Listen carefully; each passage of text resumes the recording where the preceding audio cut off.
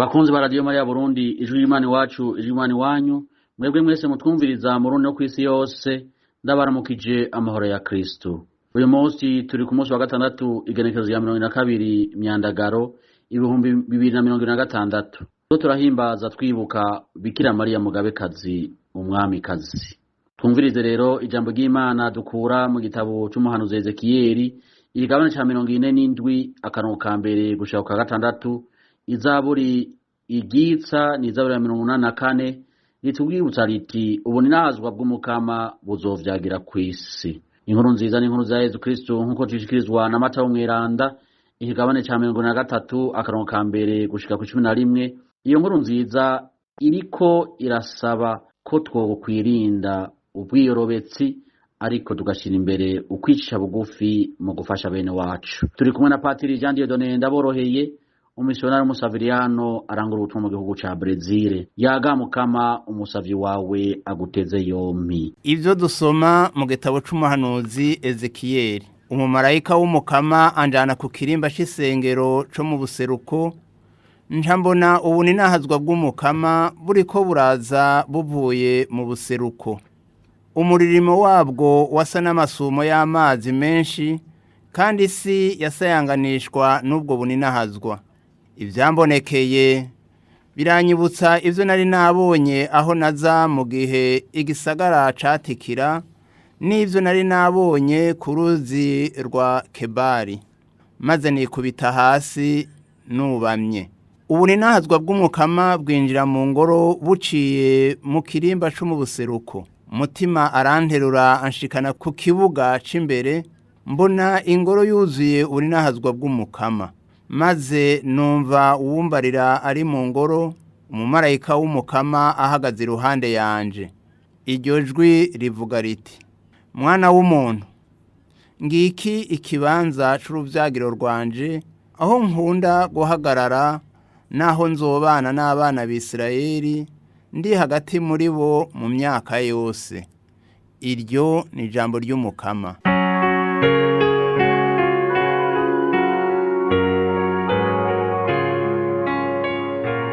Ubu ninahazwa bw'umukama buzovyagira kw'isi. Ubu ninahazwa bw'umukama buzovyagira kw'isi. Hinge numvirize ivy'umukama Imana agira avumera amahoro y'igihugu ciwe, amahoro y'abamukunda. Ubu ninahazwa bwiwe buzovyagira kw'isi yacu. Ubu ninahazwa bw'umukama buzovyagira kw'isi.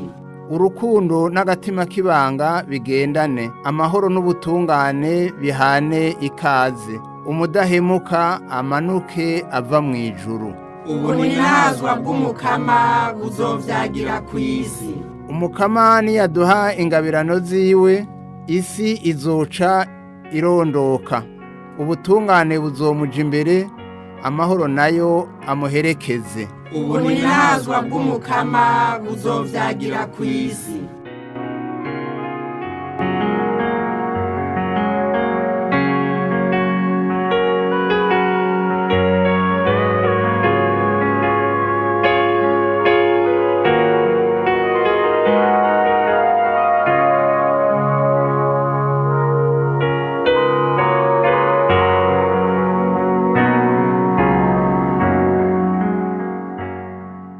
Ibyo dusoma mu nkuru nziza Yezu Kristo nkuko tushikirizwa na Matayo Mweranda.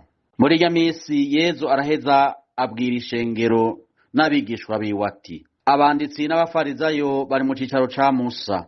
Ibyo wabwira byose rero murabikore kandi mubizigame, ariko ntimwigane ivyo bakora, nkako ivyo bavuga sivyo bakora. Batekera imizigo iremereye kandi igoye gutwara, bakayiremeka ku bitugu vy'abantu, kandi bobo batifuza kuyikozako n'urutoke. Ivyo bakora vyose babikora ngo babonwe n'abantu, nkako bagira amafiragiteriya yagutse, bakongereza ubuyonga bw'imitamana yabo. Bakunda ibibanza vy'imbere mu minsi mikuru, aho batumiwe n'ivyicaro vy'imbere mu masinagoga. Bagakunda kuramukirizwa ku nama no guhamagagwa n'abantu ngo mwigisha. Mweho rero nimurondere guhamagarwa ngo mwigisha, kuko umwigisha mufise ari umwe, namwe mukaba muvukana mwese. Kw'isi ntihagire uwo mwita so, kuko so mufise ari umwe wo mw'ijuru. Kandi ntimukarondere kwitwa abigisha, kuko umwigisha mufise ari umwe, akaba ari Kristo. Umukuru muri mwebwe nabe umusuku wanyu. Uwuzoramuka yishize hejuru bazomucuvya, uwuzokwisha bugufi nawe bamushire hejuru. Dushemeze kandi ushimagize iyi nkuru nziza ya Yezu Kristo.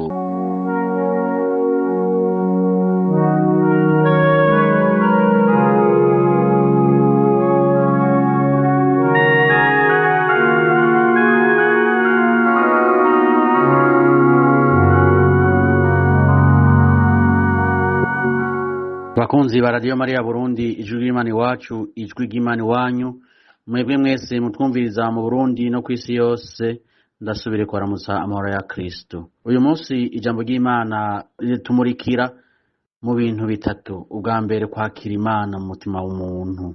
Ubwa kabiri, gukorera bene wacu uko bari kose. Ubwa gatatu, kuba abantu baharanira amahoro n'umwumvikano n'urukundo. None bavukanyi, nk'uko twaje kuvyumva mu gisomwa ca mbere, twakuye mu gitabo c'umuhanuzi Ezekiyeli, n'igitabo canditswe mu kinjana ca 6, aho abanyisirayeli bari basubiriye gutwagwa nk'imbohe mu gihugu ca Babiloni n'umwami Nabukodonozoro. Umuhanuzi Ezekiyeli rero yatwawe nk'imbohe muri bo, ariko abandanya ashingira intahe Imana, abandanya avugira Imana.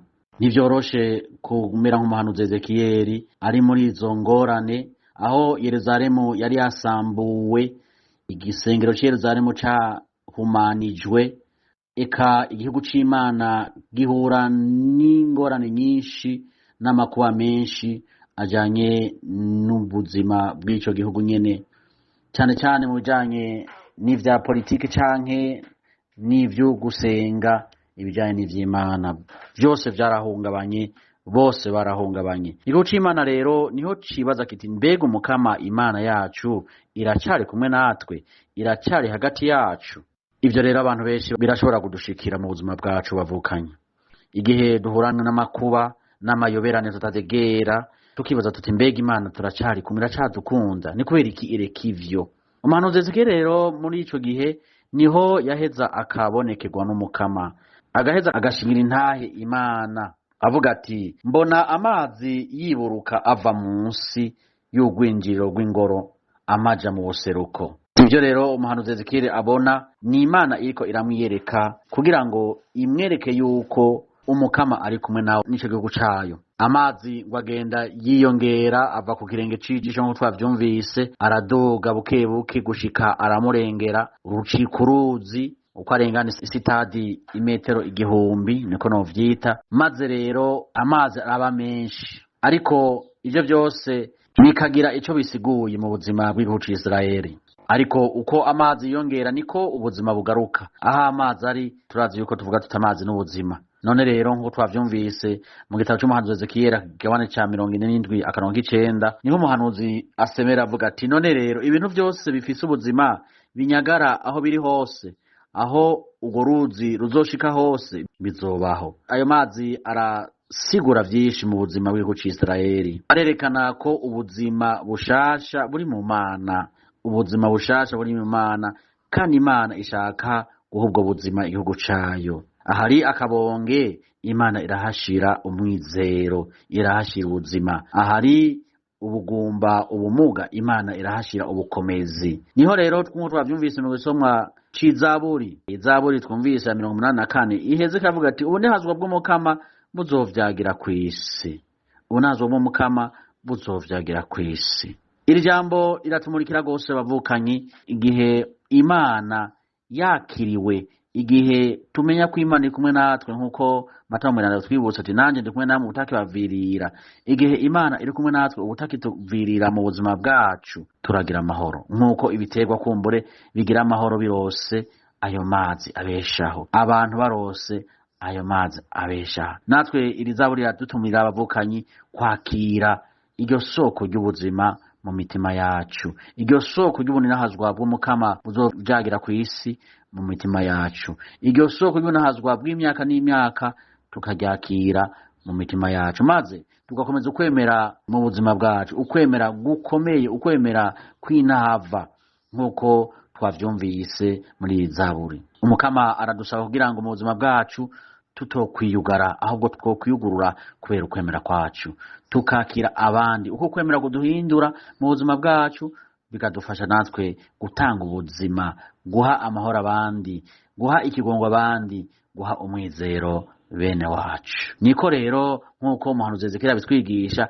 aho amazi ari hari ubuzima, niko natwe aho turi hoba ubuzima. Dusabe rero mu kusaba Imana kugira ngo tuyakire mu mitima yacu kandi tuyikorere muri bene wacu. Niho rero twavyumvise mu nkuru nziza Yezu Kristo aheza akavuga asemerera yihaniza abigishwa ko batoba abiyorobetsi nk'abanditsi n'abafarizayo.